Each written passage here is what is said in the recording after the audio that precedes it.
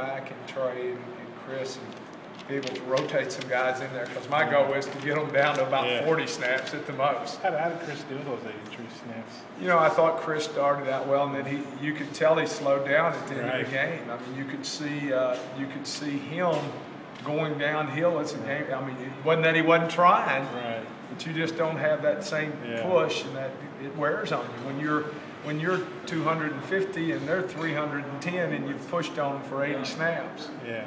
That's a lot of bench pressing in one day. I told somebody, I said, I don't think Smith came out again. They said, I saw him go out. I was like, okay, he didn't miss much. He didn't miss many. Yeah. He didn't miss many. What's your take on Auburn's offense? They're really good. I think they're playing really well. And obviously they've gotten better and better each week. You know, they had a lot of running yards last week. Didn't score as many points as they normally do. And obviously, we didn't do a good job last week against run. So we know that this week we've got to really buckle down. And hopefully our fits and stuff will be better than it was last week, and we'll do a lot better job against them. Well, what about Kyle Frazier? I guess he's in on some running packages and stuff. He is. He's doing a few things with him. Seems to be doing a good job, just like you said. I mean, running and stuff. Well, what sort of challenges does he present?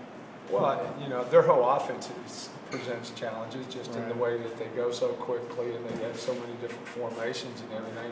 It's more about us fitting the right places than it is who's over on the other side of the ball. Yeah, how about Michael Dyer, 41 carries last week? Yeah, I think that's pretty. It says a lot about him. Yeah. He's a really good running back.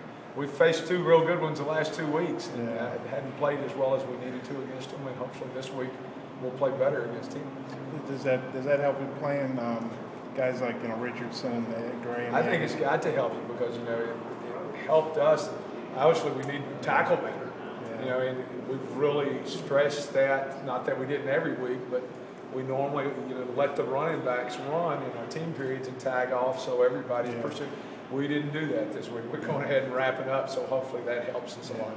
Besides physically having Jake back, what does it mean to have his presence, his leadership? Well, I think his leadership on the field, he's very intelligent, obviously, and he knows a lot about what we're doing defensively, but he also can tell our younger guys what's going on offensively, over on their side. The few keys that we have, he sees them where last week the keys that we had, they knew it going into the game, but I think they got in and it was going so fast, all they could do was get lined up and just play. We weren't doing all the things we were obviously taught to do last week. Okay, a lot of young kids trying hard though. 83 snaps. So you hope he never has to play that many again? I hope not. As long as he's here? I hope not. Yeah. Okay. Thanks, Steve. Coach, could you tell me real quick just your thoughts on the development of Flowers and how he has done? I think he's really coming on. I mean, right now, after the last 2 weeks and him having to play as many snaps as he did, I'm just telling him he's not a freshman anymore. Hey, that excuse, there's no excuses. You've got a lot of snaps, and so you're going to have to do things right and play the right way. But he's getting better every day. Right, and Gosha, do you think we'll see more snaps from him? I think Lonnie will see more snaps this week. I do. I thought the snaps that he played last week, he did well. And even in practice this week, I can tell that he's gotten better in the 2 days. All right, appreciate it, Coach. Yes, sir.